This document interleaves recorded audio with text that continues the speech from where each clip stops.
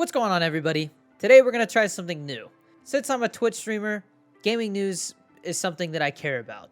Now, I also assume that as viewers, that's something you care about too. So what I've decided to do is basically give you a quick rundown of all the stories or articles that I've come across this week that were of interest to me and most likely of interest to you.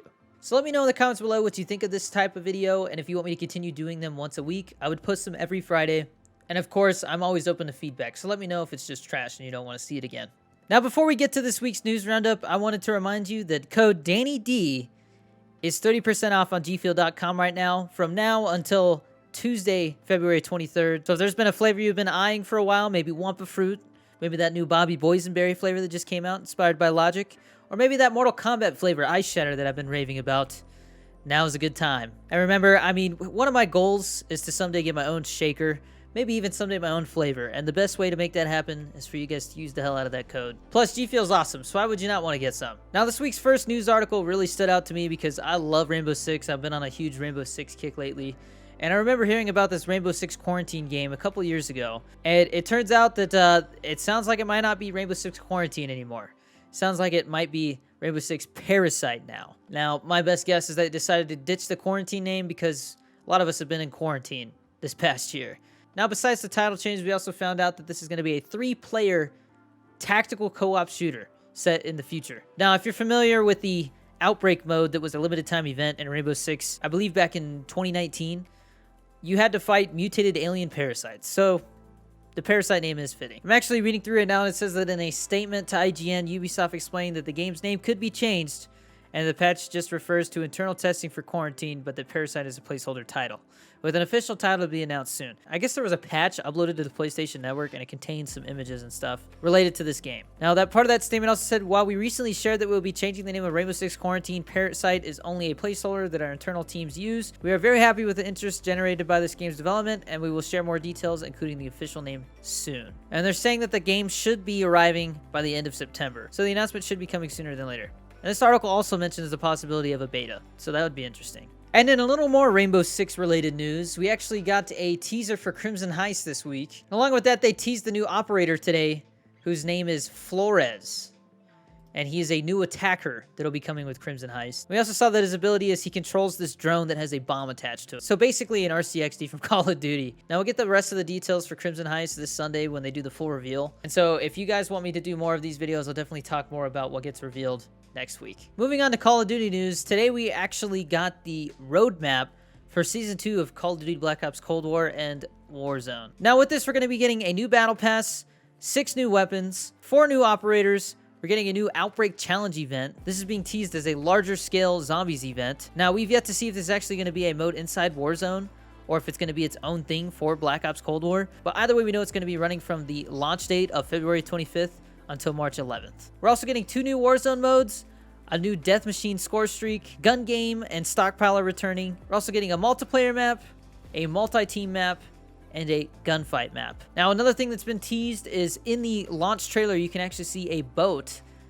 approaching Verdansk. I've been seeing a lot of discussions about whether this little scene at the end of the trailer is maybe teasing the end of Verdansk and the start of a new map. Some people are saying maybe we'll get the ability to use boats around Verdansk, or maybe even just being able to take a boat from Verdansk to this boat for some kind of event. I guess we'll find out in a week. Just a little more Call of Duty news. This one's focusing on Black Ops Cold War. It appears that despite mixed reviews, Black Ops Cold War is one of the best-selling games in US history. It seems like every year when we get a new Call of Duty, we hear that same thing. Now, I will personally say that I've kind of lost interest in the normal multiplayer.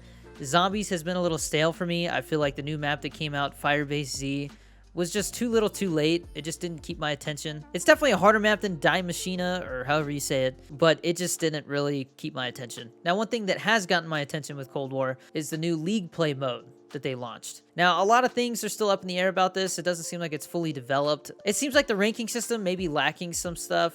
A lot of items are banned, but so far to me, it seems to be better than normal multiplayer, because if you're gonna grind and you're gonna sweat, you might as well do it for a rank. Now, in PC gaming news, it was revealed that the RTX 3060 GPU is going to be released on February 25th and will MSRP for $329. Now, I know a lot of my viewers have been anticipating this card because at $329, it will meet or exceed the power of the PS5 and Xbox Series X. Now, it seems like Nvidia's actually trying to work to make these cards less appealing for crypto miners, and they've actually made a card that is made for miners specifically. Now, they're saying that the RTX 3060 actually has a limit on the hash rate, which is the measure unit for how fast the GPU processes cryptocurrency. They're saying this limit is going to make it about 50% less effective for miners. Now, they're doing this in hopes to make sure those cards go to gamers and don't get swooped up by all those miners on launch day. And it looks like they're also doing this in an effort to push the NVIDIA CMP HX cards. Now, these cards are actually made specifically for miners,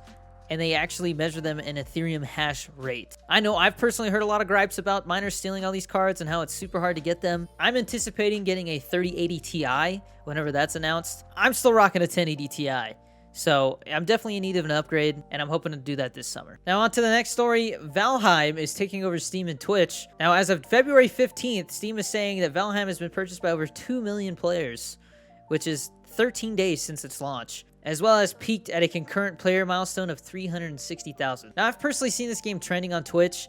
I actually tried playing it. So far, it seemed really good. A lot of potential. I can see why people are saying that it's just overall a great survival game. It kind of combines mechanics from games like Minecraft and Rust. Overall, it seems very casual to me. My issue with it on stream was I was trying to play with some of my viewers, and I guess there's some kind of bug that doesn't allow people to just join with the world name and the seed or the password.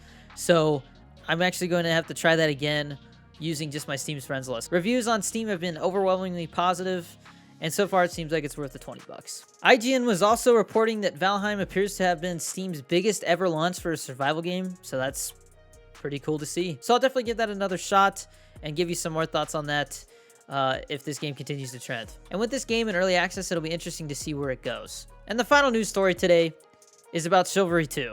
Now, I never played the first Chivalry, but Chivalry 2 caught my eye when the game Mordhau came out and got popular for a little while. I had a lot of fun with that game, and I've always heard people compare Mordhau to Chivalry.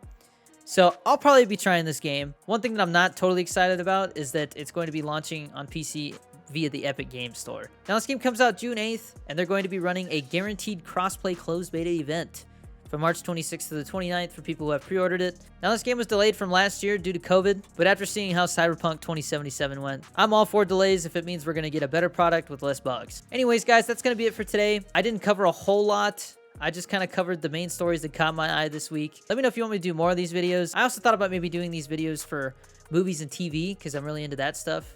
That's part of the reason why I moved to Albuquerque, is because of the film and TV industry here. And I'm also waiting on some G Fuel news to report. Those are going to have their own videos as well. I'm always open to feedback, so let me know what you want to see more of, less of, or anything that I can improve. And with that, take care, be nice to each other, and I'll see you in the next video. Peace.